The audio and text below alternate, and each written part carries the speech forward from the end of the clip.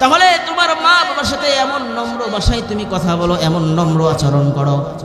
ছোট্টবেলায় তুমি যখন ভুল করতাম, তোমার মা তোমারে কত ভুল শোধরায় দিছে, কত সুন্দরভাবে বলে। এই বান্দা, তুমি যখন জমিনের মধ্যে পড়ে যাইতা, হাঁটতে যায়, তোমার মা তোমারে হাতে ঝরায় নিছে, বুকে ঝরায় নিছে, গালে মুখে চুমা খায়া তোমারে কত আদর করছে।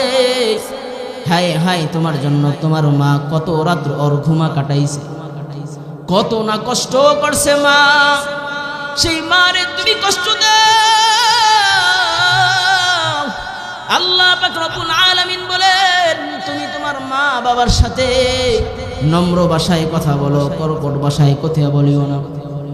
এমন ব্যবহার তুমি তোমার মা বাবার সাথে করো যেই ব্যবহার ছোট্টবেলায় তোমার মা তোমার সাথে করছে।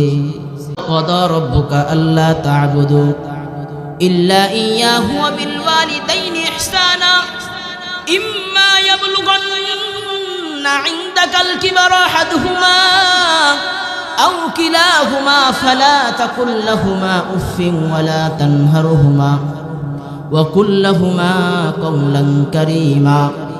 আল্লাহ বলেন, তোমরা তোমাদের মা বাবার সাথে কর্কট ভাষায় কথা বলিও না, ধমক দিয়ে কথা বলিও না।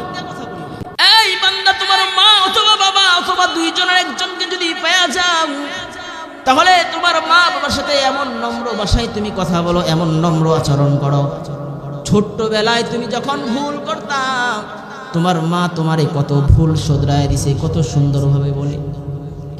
এই বান্দা, তুমি যখন জমিনের মধ্যে পড়ে যাইতা, হাঁটতে যায়, তোমার মা তোমারে হাতে ঝরায় নিছে, বুকে ঝরায় নিছে,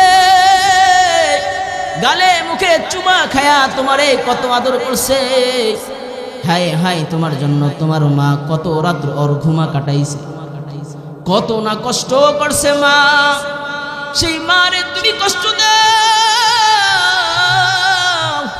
আল্লাহ পাক রব্বুল আলামিন বলেন, তুমি তোমার মা বাবার সাথে নম্র ভাষায় কথা বলো, কর্কট ভাষায় কথা বলিও না। এমন ব্যবহার তুমি তোমার মা বাবার সাথে করো যেই ব্যবহার ছোট্টবেলায় তোমার মা তোমার সাথে করছে। নম্র ব্যবহার, সুন্দর ব্যবহার তুমি তোমার মা বাবার সাথে। আমরা পারবো তো ইনশাআল্লাহ? এই মা বাবার সাথে যদি অপরাধ করেন, যদি ভুল করেই ফেলেন, করতে পারেন, স্বাভাবিক মানুষ হিসাবে আমাদের ভুল হয় কি হয় না বলেন? মানুষ হিসাবে আমাদের ভুল হয়। আজকে থেকে তওবা করেন। যাদের মা বাবা দুনিয়ায় বেঁচে আছে, আজকে থেকে প্রণ করেন মা বাবার আর কোনো সময় কষ্ট দিবেন না। পারবেন তো ইনশাআল্লাহ? কে কে পারবেন? হাত তুলে দিতে পারবেন? কে কে পারবেন? এখন বলবেন যে হাত নামান। অনেকে বলবেন যে হুজুর, আমার মা নাই, বাবা নাই। আপনার মা বাবা যদি বেঁচে না থাকে, তো মা বাবার জন্য রহমতের দোয়া, মাগফিরাতের দোয়া করবেন। পারবেন তো ইনশাআল্লাহ? পারবেন না? মা বাবার জন্য হাত তুলে দোয়া করবেন, আল্লাহর নিকট চোখের পানি ফেলায়া দোয়া করবেন, আল্লাহ আমার মা বাবা দুনিয়ায় নাই, আপনি আমার মা বাবাকে মাফ করে দেন। আল্লাহ পাক রব্বুল আলামিন বলেন, কোন সন্তান যদি তার মার কবরের সামনে যায় দোয়া করে, আল্লাহ পাক রব্বুল আলামিন তার দোয়াটার সাথে সাথে কবুল করে নেন। আর আওয়াজ দিয়ে বলেন সুবহানাল্লাহ। এজন্য ভাইয়েরা আমার, মা বাবার অনেক বড় দামি সম্পদ। মা বাবার পায়ের নিচে সন্তানের কি? সবাই জানেন সন্তানের কি ভাই? জান্নাত। সবাই জানি, কিন্তু আমল কয়জনে করি? আমলের ব্যাপারে আমাদের কি পাওয়া যায়? এই জন্য মা বাবা যাদের আছে, নিয়ামত মনে করেন, নিয়ামত মনে করেন। আমরা তো এখন সমাজে এমন হয়ে গেছে যে মা বাবাকে বোঝা মনে করি। এমন আছে না নাই? সবাই বলেন। দেখবেন যে জাতি শিক্ষিত বেশি, কোন শিক্ষিত? শিক্ষা তো দুইটা, একটা হলো দুনিয়াবী শিক্ষা, একটা হলো উখরাবী শিক্ষা, মানে আখিরাতের শিক্ষা, ইলমে দ্বীনের শিক্ষা। বলে যারা শুধু দুনিয়াবী শিক্ষা অর্জন করছে, তারা ডাক্তার হয়েছে, প্রফেসর হয়েছে, ইঞ্জিনিয়ার হয়েছে, বড় বড় বড় বড় ডিগ্রি অর্জন করছে। এদের অবস্থাটা এমন, অধিকাংশ দেখবেন ডিগ্রিওয়ালাদের মা বাবা লাঞ্ছিত এবং বঞ্চিত। কথা বলেন ঠিক কিনা? বৃদ্ধাশ্রম যদি থাকে তাহলে যা দেখেন, জিজ্ঞাসা করে দেখেন যে কয়জন আলেম এবং হাফেজের মা আছে আর কয়জন শিক্ষিত জেনারেল যারা পড়ে এদের মা বাবা আছে। একটু খোঁজ নিয়ে দেখেন, আপনি হাতের গোনা পাবেন না একটাও। যে আলেমের মা বাবা বৃদ্ধাশ্রমে থাকে, এমন নজির আসেনি? শুনছেন কোনো সময়? আমার জিন্দিগিতে শুনি নাই। মা বাবা অনেক বড় দামি সম্পদ।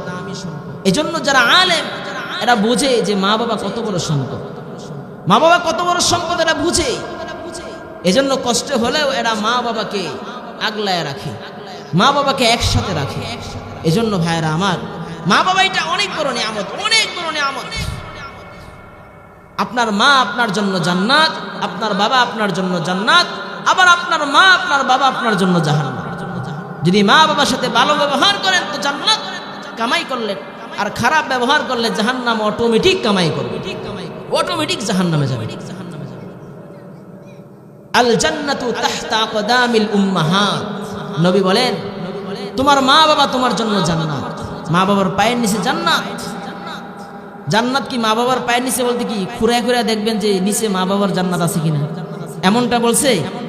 এটাতে বুঝাইছে যে তোমার উপর তোমার মা বাবার যে হক আছে, হকগুলি যদি তুমি আদায় করো তো রব্বুল আলামিন খুশি হয়ে তোমার মা বাবার বদৌলতে তোমাকে জান্নাত দিয়ে দিবেন। এজন্য মা বাবার খেদমত করতে রাজি আছেন তো ইনশাআল্লাহ?